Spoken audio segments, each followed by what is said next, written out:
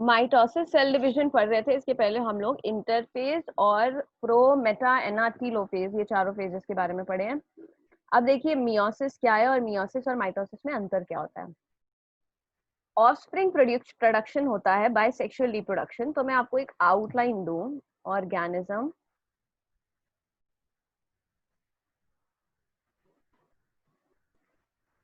if it is male organism or male parent organism or female organism, they produce gamete. Male gamete and female organism produces female gamete. Gamete fusion होता है जिससे zygote बनता है। इस पूरी की पूरी प्रोसेस में इंपॉर्टेंट चीज है गैमीट कैसे बना। गैमीट बनाने के लिए जरूरी होता है meiosis cell division, meiotic cell division या फिर जिसे रिडक्शनल डिवीजन भी कहते हैं। मेल ऑर्गेनिज्म डिप्लॉइड होगा, गैमीट आपको हैप्लॉइड मिलेगा। गैमीट हमेशा हैप्लॉइड होते हैं। Gametes are always haploid.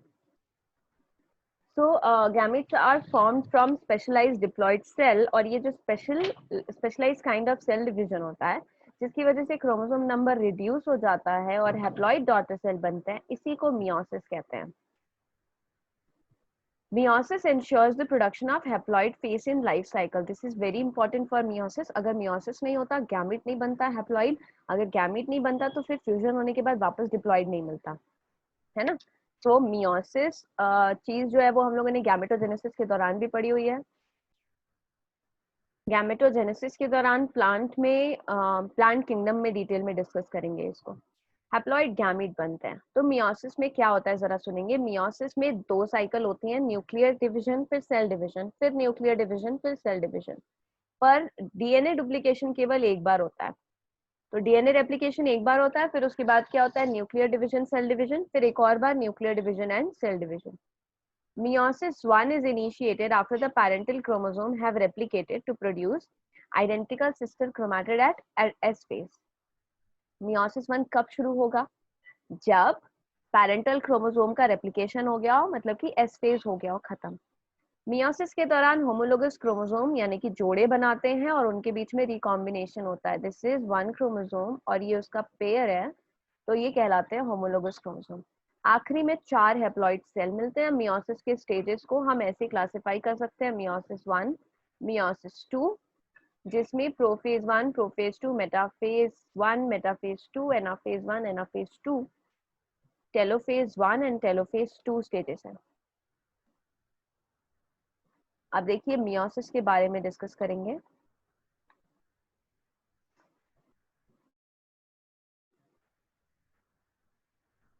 Prophase of the first meiotic division is typically longer when compared to prophase of mitosis. इसको डिवाइड किया गया है लेप्टोटीन। इस समय क्रोमोसोम्स बिकम विजिबल,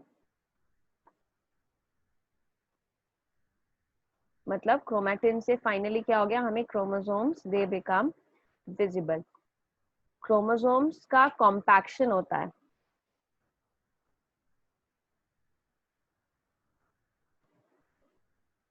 क्रोमोसोम। इसके बाद अगली स्टेज है जाइगोटी। इस दौरान क्रोमोसोम स्टार्ट पेयरिंग टुगेदर।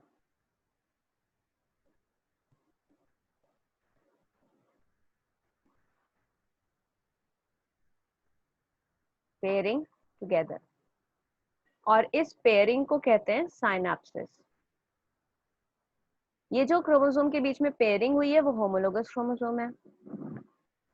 इस दौरान हमने देखा इलेक्ट्रॉन माइक्रोस्कोप से ही देखा हमने कि साइनेप्सिस के दौरान एक कॉम्प्लेक्स स्ट्रक्चर बनता है जिसे साइनेप्टोनीमल कॉम्प्लेक्स कहते हैं।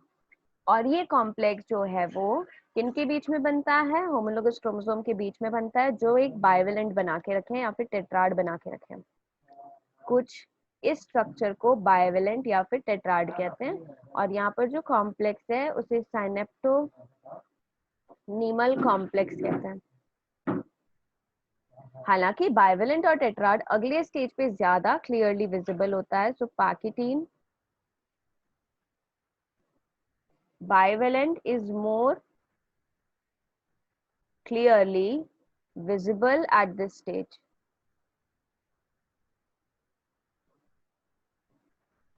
More clearly visible होता है at this stage bivalent.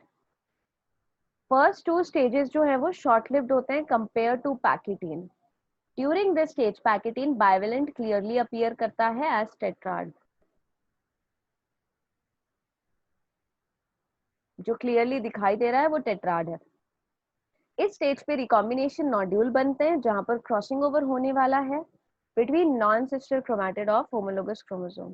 तो इसका इवेंट मार्क कर सकते हो आप क्रॉसिंग ओवर. रिकॉम्बिनेशन नोड्यूल बनेंगे, क्रॉसिंग ओवर होगा between non sister chromatid of homologous chromosome. Crossing over is the exchange of genetic material between two homologous chromosome. ये एक एंजाइम मेडिएटेड प्रोसेस होता है. जो एंजाइम इन्वॉल्व है उसका नाम है recombinase. Crossing over leads to recombination of genetic material on the two chromosome. Recombination between homologous chromosome pachytene के आखिरी तक खत्म हो जाता है और क्रोमोसोम क्रॉसिंग ओवर जहां पर हुआ है वहां पर जुड़े रह जाते हैं. तो आप इस स्टेज को कुछ ऐसे देख सकते हो.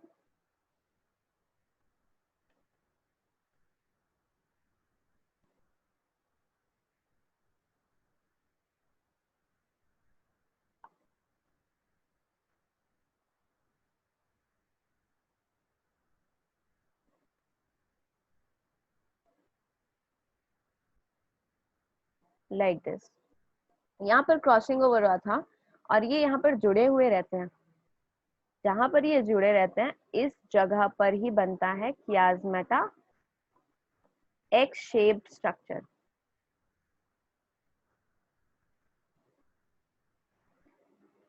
क्रॉसिंग ओवर की जगह पर कियाज्माटा बनता है. कब? डिप्लोटीन में. और डायकाइनेसिस में ये कियाज्माटा गायब हो जाएगा.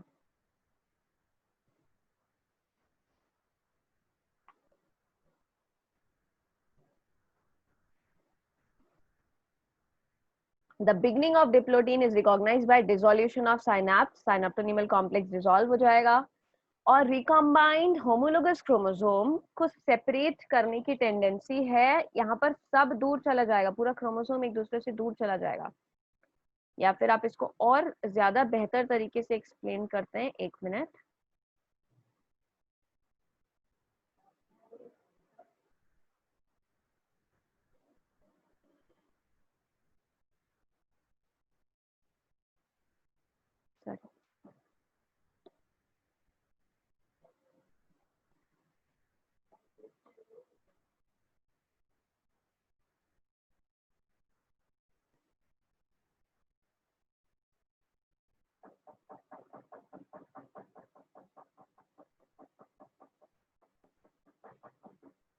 ये ऐसे इसलिए बनाया है ताकि आप समझो कि ये क्रोमोसोम एक दूसरे से दूर जा रहे हैं. ठीक है, तो पूरा क्रोमोसोम एक दूसरे से दूर जा रहा है, सेपरेट हो रहा है, लेकिन क्या चीज जो है जो दूर नहीं जा रही है वो है ये एक्स शेप स्ट्रक्चर जिसे कियाज्माटा कहते हैं. एक्स शेप स्ट्रक्चर कियाज्माटा जो डिप्लोटीन स्टेज पे दिखाई देता है. कुछ वर्टिब्रेट के oocytes में ये डिप्लोटीन मंथ और ईयर लास्ट करता है, बहुत समय तक पड़ा ही रहता है. राइट, तो वो बना देता है क्रोमोसोम्स लैम्ब्रश क्रोमोसोम.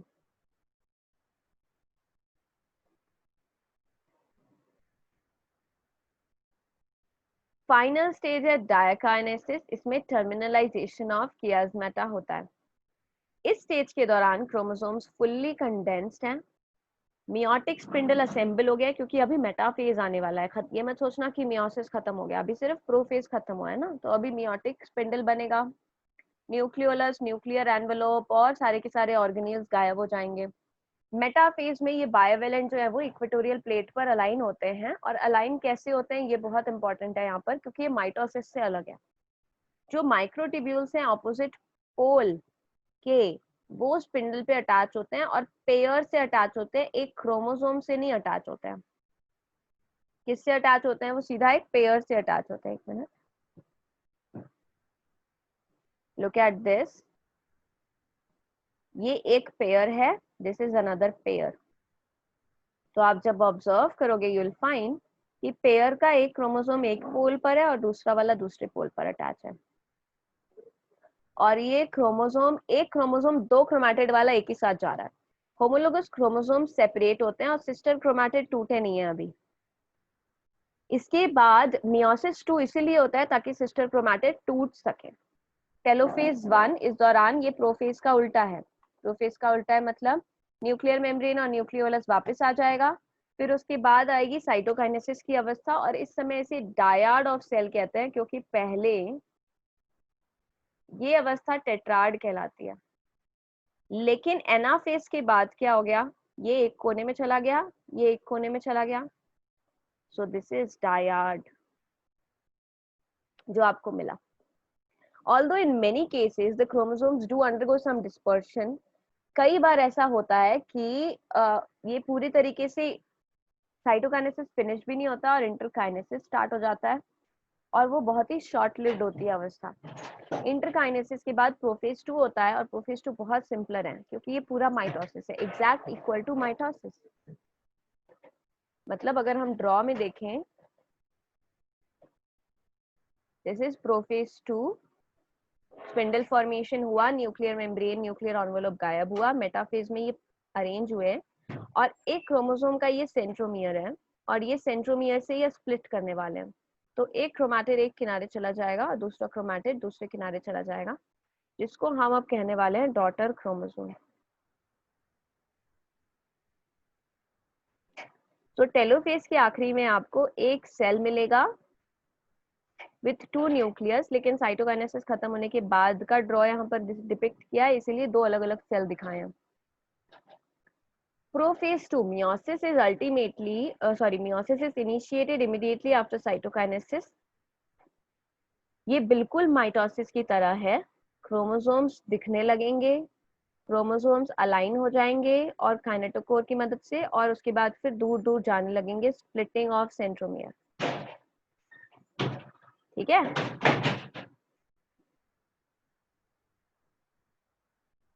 नेक्स्ट है telophase. Meiosis ends with telophase 2।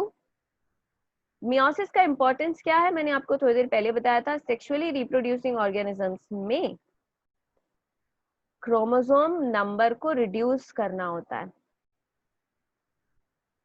It also increases the variability, क्योंकि क्रॉसिंग ओवर हुआ है और वेरिएशन इंपॉर्टेंट है इवोल्यूशन के लिए। सो हम ये कह सकते हैं कि सेक्सुअल रिप्रोडक्शन वेरिएशन लाता है। क्यों? क्योंकि it involve crossing over during gamete formation, और वेरिएशन इवोल्यूशन के लिए पहली सीढ़ी होती है। So this is all about the process of meiosis and mitosis. एक minute. Average cell cycle span एक मेमेलियन सेल के लिए है अबाउट 24 आवर्स। साइटोकाइनेसिस और कैरियोकाइनेसिस में आप अंतर कर सकते हो इवेंट समझा के, और कितने प्लांट और एनिमल सेल में क्या अंतर है ये भी पॉइंट आउट कर सकते हो। Describe the events taking place during interphase. G1 के लिए 3 पॉइंट आप मेंशन करिए, S फेज के लिए 3 पॉइंट और G2 के लिए 3 पॉइंट। G0 फेज का मतलब होता है जब सेल G1 को एग्जिट मार के चला जाता है, मेटाबॉलिकली एक्टिव रहता है लेकिन ग्रोथ नहीं करता है, उसे G0 या फिर क्विसेंट फेज कहते हैं। माइटोसिस को इक्वेशनल डिवीजन क्यों कहते हैं? इसलिए कहते हैं क्योंकि पेरेंट सेल बराबर होता है डॉटर सेल के क्रोमोसोम के। क्रोमोसोम स्पिंडल इक्वेटर की तरफ कब मूव करते हैं? स्पिंडल इक्वेटर, बीच वाले इक्वेटर की तरफ मूव करते हैं प्रोफेज में। सेंट्रोमियर स्प्लिट करता है एनाफेज में। होमोलोगस क्रोमोसोम्स में पेयरिंग होती है, ये प्रोफेज 1 है। क्रॉसिंग ओवर अगेन प्रोफेज 1, लेकिन pairing of homologous chromosome zygotene and crossing over pachytene. Synapsis समझाना है, बाइवेलेंट समझाना है, कियास्मेटा समझाना है।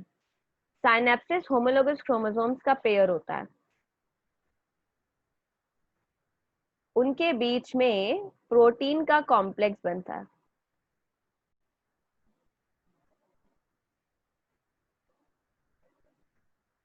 होमोलोगस क्रोमोसोम उसे कहते हैं साइनेप्सिस। बाइवेलेंट का मतलब क्या होता है? A pair of homologous chromosome, homologous chromosomes का पेयर विथ 4 क्रोमैटिड कहलाता है बाइवेलेंट। और कियास्मेटा क्या है? X shape structure at the site of crossing over,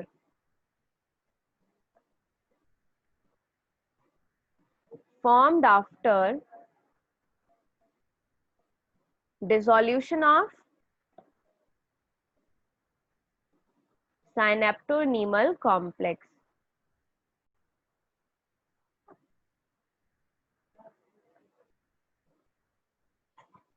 cytokinesis plant और एनिमल सेल में कैसे अलग होती है? तो आपको फरो फॉर्मेशन और सेल प्लेट फॉर्मेशन एक्सप्लेन करना है। Find example where the 4 daughter cells from meiosis are equal in size and they are found in equal in size। तो ये इक्वल इन साइज वाला चीज है जब स्पर्मेटोजेनेसिस होता है।